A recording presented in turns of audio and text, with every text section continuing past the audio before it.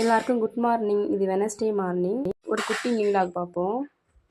பாப்பா நைட்டு ஃபுல்லாக தூங்கவே இல்லை. சரி சீக்கிரமாக எழுந்து சமைச்சாச்சு. சமைச்சு முடிச்சுட்டு ஒரு 11 மணியை போல் பார்சல் வந்துச்சு. பார்சல் அன்பாக்சிங் பண்ணுவோம்.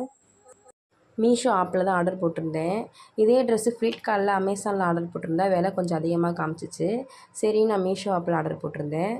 சரி பிரித்து பார்ப்போம் குவாலிட்டி எப்படி இருக்குன்னு சொல்லிட்டு. நல்லா இருக்குது, ஓரளவு பரவாயில்ல, நல்லா தான் இருக்குது.